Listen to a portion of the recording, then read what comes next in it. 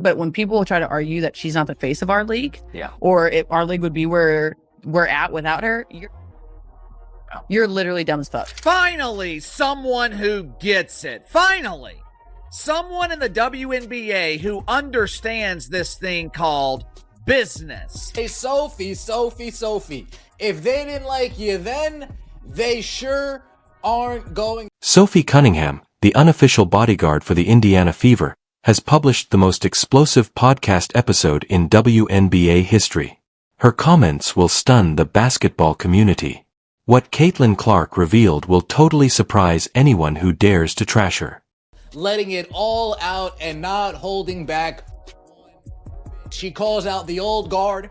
She calls out the people out there who refuse to say Caitlin Clark is the... In her recently released podcast, Show Me Something with Colin Cowherd's The Volume Network, Cunningham, the face of the league, did more than just defend herself. She used rhetoric so pure and unadulterated that she destroyed everyone who questioned Clark's influence, to the point where it is currently disrupting the internet. Your job is easy, but when it is a simple call right in front of your face multiple times. What are you doing? But this is the startling discovery that has everyone talking. Cunningham's heated response to Indiana's recent remarks. Fever leadership that left her completely stunned. It's more than just team loyalty these days. This athlete is ready to play women's basketball in combat. Get ready for the most vicious. Taken on you've never heard, as Sophie Cunningham only said what everyone has been thinking about. Though most WNBA players have no idea how to become stars, there is one player in this dump with a functional brain. After seeing Caitlin Clark bullied and singled out, Sophie Cunningham has officially had enough. After being undercut for months, she recently launched the most brutal verbal assault in podcast history. How about her intended victim? Is there anyone who doesn't think Clark is the unquestionable face of the WNBA? You truly are incredibly foolish. Following Cunningham's success on her new program platform, these 4 words are currently trending on all social media channels. But that was just the beginning of her scorching views that are completely changing the basketball world. Cunningham joined Colin Cowherd's The Volume Network a few days ago, and her debut show instantly became a classic. When it came to defending her co-host, bravo the detractors and bigots, she didn't hold back. The jealousy of Caitlin Clark was the topic of conversation. Sophie Cunningham was criticizing those who refused to acknowledge that Caitlin Clark is the face of the WNBA. It irritates me when I see people saying that Clark isn't the face of this, she added in an angry tone. League, you're just being really foolish. It pisses me off when people are like, she's not the face of the league. Who would be? What? Sabrina? No. No, there's really good, well-known people in our league. I'm not discrediting them. Hell yeah to that. I'm all for that. But when people try to argue that she's not the face of our league, or if our league would be where we're at without her. You really are as stupid as hell. The figures are real, the impact is real, and anyone who cannot see it is blind. But this is where the story starts to veer off course. People connected to the group said that recent comments were utterly crazy, leaving Cunningham stunned. Her podcast surge may be a direct response to behind-the-scenes information from the Indiana Fever's leadership. Drama that the audience was not aware of. Players in our league try to toughen up Caitlin. We call her CC. For even when I wasn't on her team, I know the talks that Phoenix had in the locker room of no, we're gonna prove her, we're gonna show her what the W really is. You know what I mean? And I get it to a certain extent. And every rookie coming into the league, that's how you're gonna treat them. But there's just more for her. So it's her second year, and now being on her team and seeing it, I'm what are people doing? Actually, Cunningham revealed, "You've seen players in our league try to make Caitlin more resilient.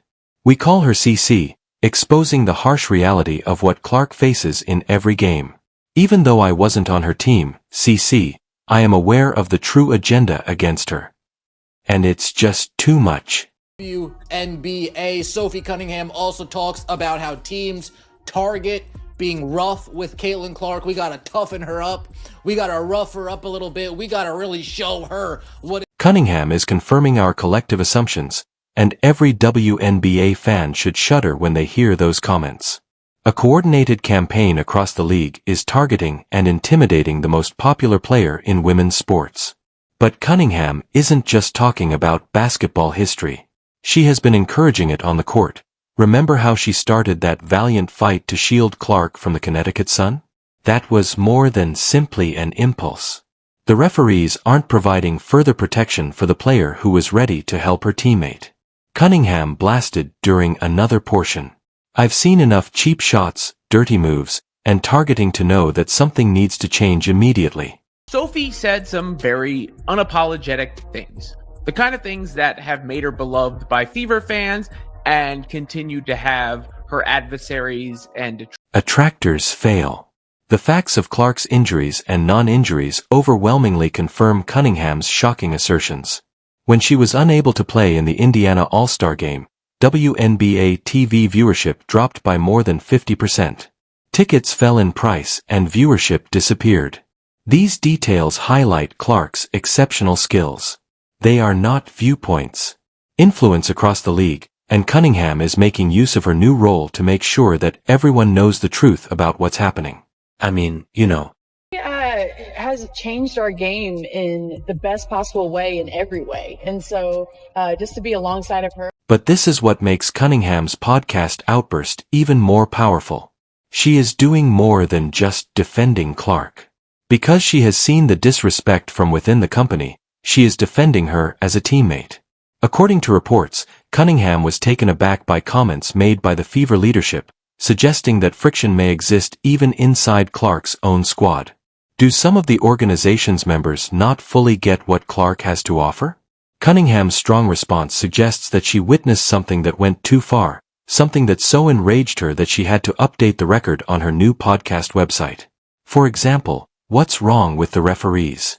She said, obviously upset. And I'm like, I don't know. It's simply too much. The contempt, the pursuit, and the attempts at subversion.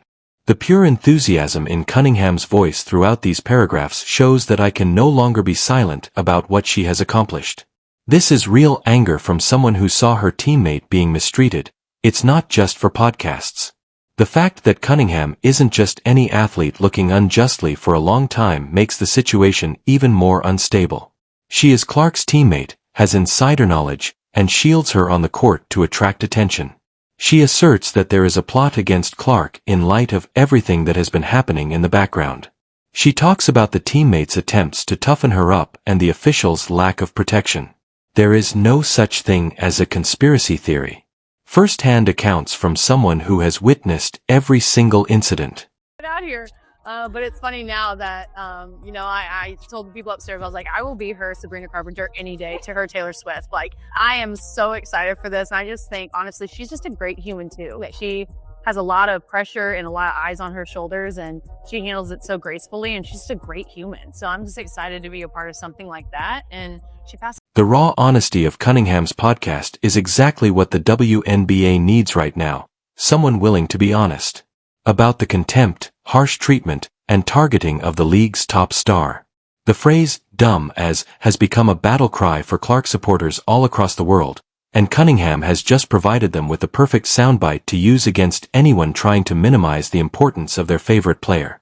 But the purpose of this show is to expose the toxic culture that its celebrities represent, not merely to help Clark.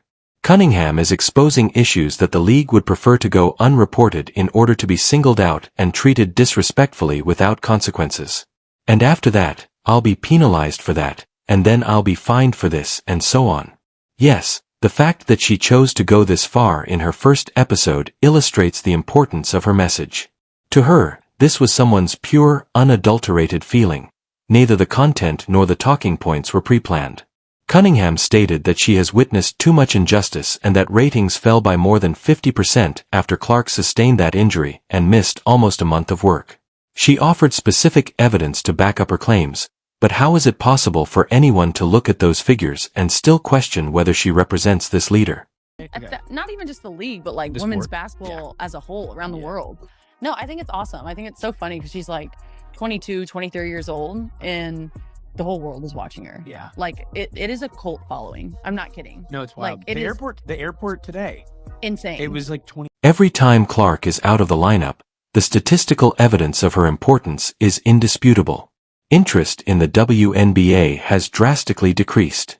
Every time she performs, the theater sells out, and TV ratings soar. Cunningham's willingness to work. Her strong language demonstrates how passionate she is about this topic. She's not trying to be diplomatic or politically correct. She is trying to raise awareness of Clark's actual importance to women's basketball. The timing of this podcast's release, along with its explosive content, indicates that Cunningham has been preparing this defense for a while. She secured her platform through the Volume Network and immediately used it to present the strongest defense of Clark that we have ever heard. The league is currently dealing with a breakdown in relations as a result of Cunningham's blunt honesty. When one of their own players calls out, how do they react? The system is fiercely defending their biggest star, and this is not going away anytime soon. Now that Cunningham has a weekly podcast platform, she can continue to raise awareness of these issues and defend Clark in the event of new incidents. The WNBA recently hired the most fearless advocate for fair treatment of celebrities, Sophie Cunningham, who not only started a revolution but also stood up for her friend with her podcast, Show Me Something. Simply put, it has become indispensable listening material for anyone looking for the unvarnished truth about what's really happening in women's basketball. But there's more. According to reports, the fallout from Cunningham's nuclear podcast is already causing chaos in the WNBA ecosystem as players from all 12 teams are taking sides in what is turning into the biggest internal dispute in women's basketball history, and league executives are holding urgent talks to decide how to handle this PR disaster. According to league office sources, WNBA Commissioner Kathy Engelbert was taken aback by Cunningham's vehement comments and is now desperately attempting to minimize the damage. The problem is that Cunningham disclosed systemic issues that cannot be disregarded rather than merely expressing rage as a comrade. This goes much beyond simple. Cunningham went on to defend Caitlyn in her most shocking admission to date. I've been in this league long enough to see how they manage their stars, and what I've witnessed behind closed doors would make your blood boil. Then the Phoenix Mercury veteran made a startling and unexpected discovery. Do you remember Diana Taurasi being exploited at her prime? The same script permits veterans to be singled out because it creates tales. Fans were not aware of the connections Cunningham is suggesting for television. The league has a history of allowing its top players to be singled out and treated disrespectfully in order to create drama. For expertise.